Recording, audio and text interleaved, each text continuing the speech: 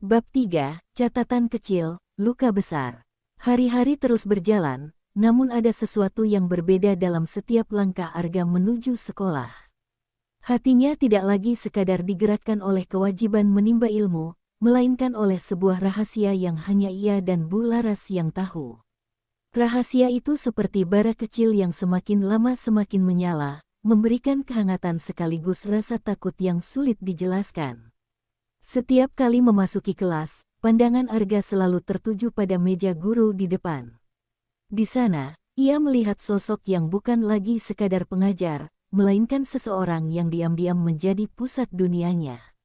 Bu Laras, dengan senyum tenangnya, berusaha tetap menjadi guru yang tegas, tapi Arga tahu bahwa di balik ketenangan itu ada hati yang sama gelisahnya dengan dirinya.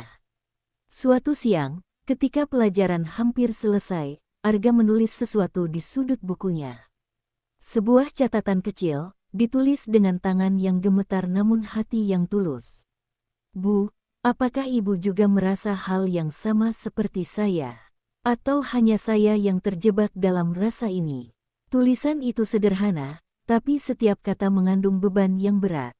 Ketika bel pulang berbunyi, Arga pura-pura sibuk merapikan tas. Ia menunggu hingga semua temannya keluar, lalu berjalan ke depan kelas dengan langkah hati-hati. Dengan cepat, ia menyelipkan kertas kecil itu di antara buku-buku Bu Laras, lalu segera kembali ke kursinya seolah tidak terjadi apa-apa.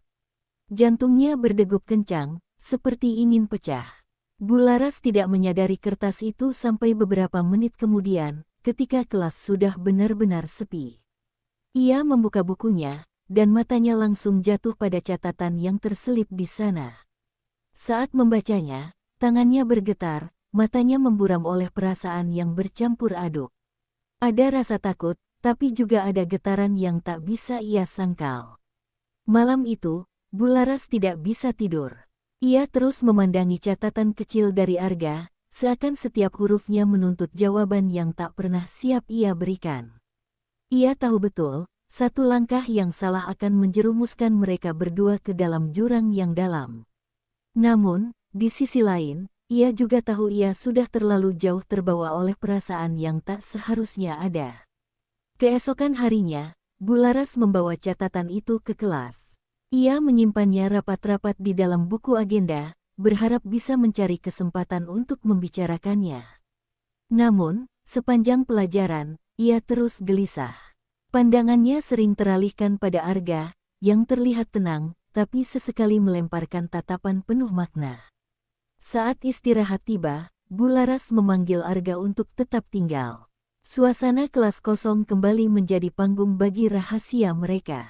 Dengan suara bergetar, Bu Laras membuka percakapan, "Arga, saya membaca catatanmu. Kamu tidak seharusnya menulis hal seperti itu."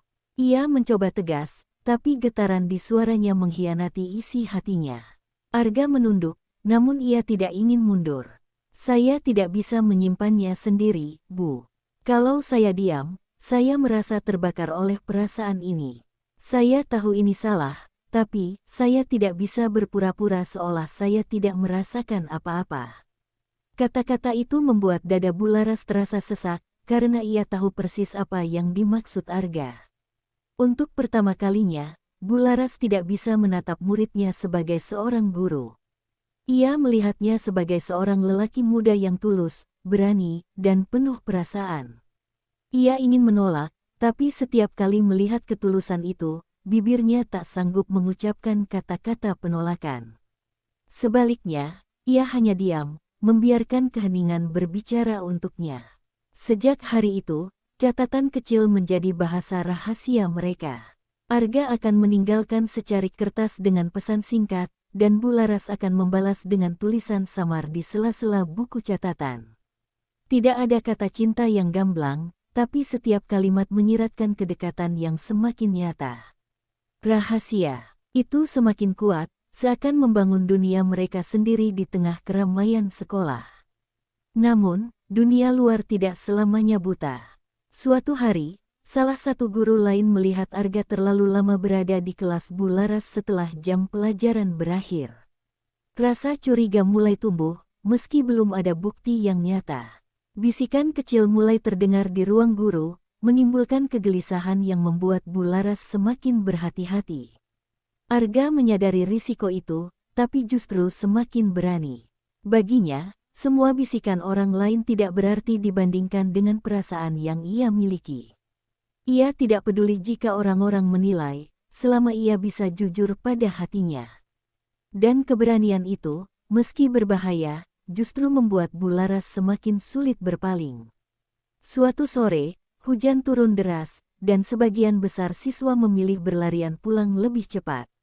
Arga, seperti biasa, menunggu di kelas. Bularas yang masih membereskan buku-buku terpaksa menunggunya reda.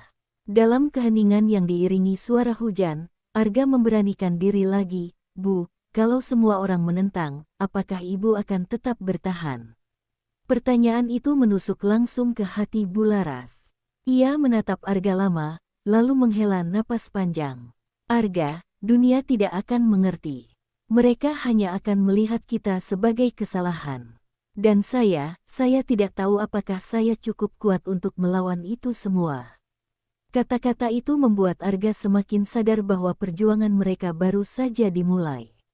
Malam itu, Bularas menulis balasan di sebuah catatan kecil, lalu menyelipkannya di buku Arga esok harinya.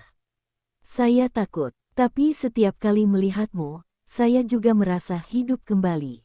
Jangan paksa saya menjawab sekarang, karena saya pun sedang berperang dengan diri sendiri." Catatan itu menjadi bukti bahwa hatinya sudah setengah jatuh.